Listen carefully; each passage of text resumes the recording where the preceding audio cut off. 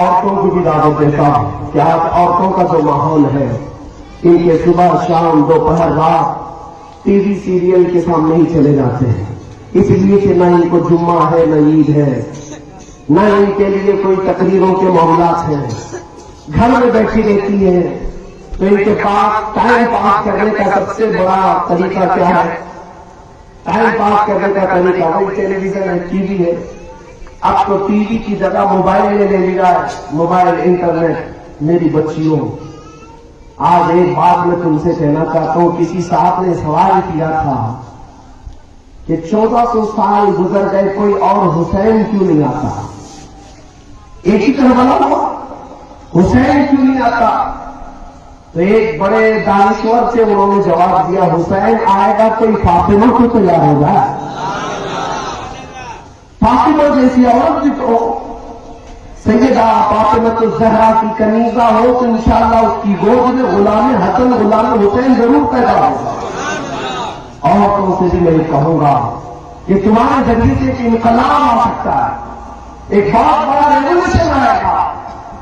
اپنے بچوں کی تربیت ٹی وی دیکھتے ہوئے نہیں، جب انہیں دودھ پلاؤ تو حضور کی بارگاہ میں درود پڑھ کر کے پلاؤ، درود پڑھ کر کے پلاؤ۔ حضور اکرم صلی اللہ تعالی علیہ وسلم کے نام پر اپنے بچوں کی تربیت کرو، پھر بچے بڑے ہونے کے بعد تمہیں شکایت کرنے کا موقع بھی نہیں ملے گا کہ میرا بیٹا مجھے چھوڑ کر بھاگ گیا۔ نہیں، جن بچوں کی تربیت حضور پر درود پڑھ کر کی جاتی ہے، وہ جوان کیا بوڑھا بھی ہو جائے وہ تمہارے قدموں میں اپنی جنت کو محسوس کرے گا۔ ہاں، ماں کے قدموں کے نیچے جنت ہے، وہ ہر بچہ وہی بچہ احترام کرے گا جس کو تم نے بچپن میں حضور کی محبت پلائی تھی۔ اسی لیے ہماری خواتین، بلکہ میں نے مصر میں ایک جگہ دیکھی تھی جہاں پر حاملہ عورتوں کی بھی ٹریننگ ہوتی ہے۔ عورت حمل سے ہو جائے، پریگنٹ ہو جائے، مہینے بھر کے بعد 9 مہینے کا کورس ہے، ان عورتوں کو کیا کیا جاتا ہے؟ اس گھر میں بھیج دیا جاتا ہے، وہ صبح سے شام تک وہاں گزارتی ہیں، اس گھر کے اندر صرف قرآن کی تلاوت چلتی رہتی ہے، قرآن کی تلاوت چلتی رہتی ہے، اور وہاں پر کتابیں جو رکھی ہوئی حدیث پاک کی، تفسیر کی، فقہ کی کتابیں ہیں، ان عورتوں کو وہاں پر مشغول کر دیا جاتا ہے، پڑھنا لکھنا اسی میں کرو۔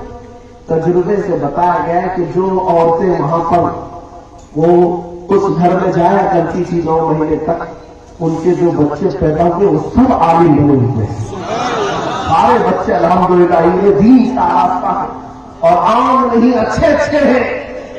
اسی لیے عورت جو کرتی ہے اس کا اثر ہوتا ہے۔ اسرائیل یہودی ملک ہے، پتا ہے اسرائیل میں یہ کام کیا جاتا ہے، وہاں عورت جیسی حاملہ ہوتی ہے اس کے لیے گورنمنٹ سے بھی پیکیج ملتا ہے۔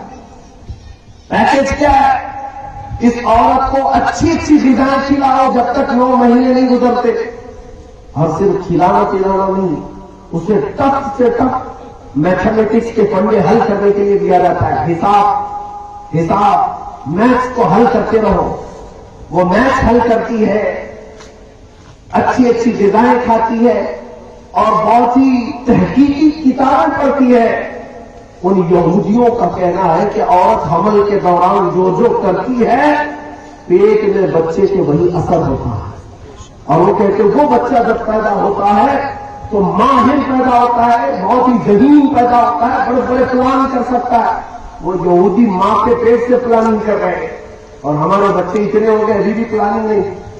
ان بچوں کو آوارہ چھوڑ دیا گیا ہے، پیدا ہو گئے ویسی مفت میں چھوڑ دیا گئی آوارہ میں۔ اسی طرح سے میرے عزیزوں نہیں، ایک ایک بچہ ہمارے محلے کا قیمتی ہے، قیمتی ہے، اسی لیے کہ غلام مصطفیٰ نبی پاک صلی اللہ علیہ وسلم کا غلام۔ اقبال نے کہا تھا ذرا نم ہو تو بڑی زرخیز ہے یہ مٹی۔ ہاں، یہ جو ہمارے نوجوان ہیں تھوڑے سے نرم ہو جائے، جو بہت ہی زرخیز ہے۔ زرخیز کسے کہتے ہیں؟ سورہ اگلنے والی زمین۔ اگر تھوڑا سا نرم ہو گئے میرے نبی کے نام پر تو پھر ان کے انقلاب کو دیکھنے کے لیے دنیا ترس جائے گی۔ تمہیں پتا ہے جن لوگوں نے دنیا میں انقلابی کام کیے وہ کوئی بہت بوڑھے نہیں تھے۔ طارق بن زیاد، محمد بن قاسم، صلاح الدین ایوبی، شہاب الدین غوری،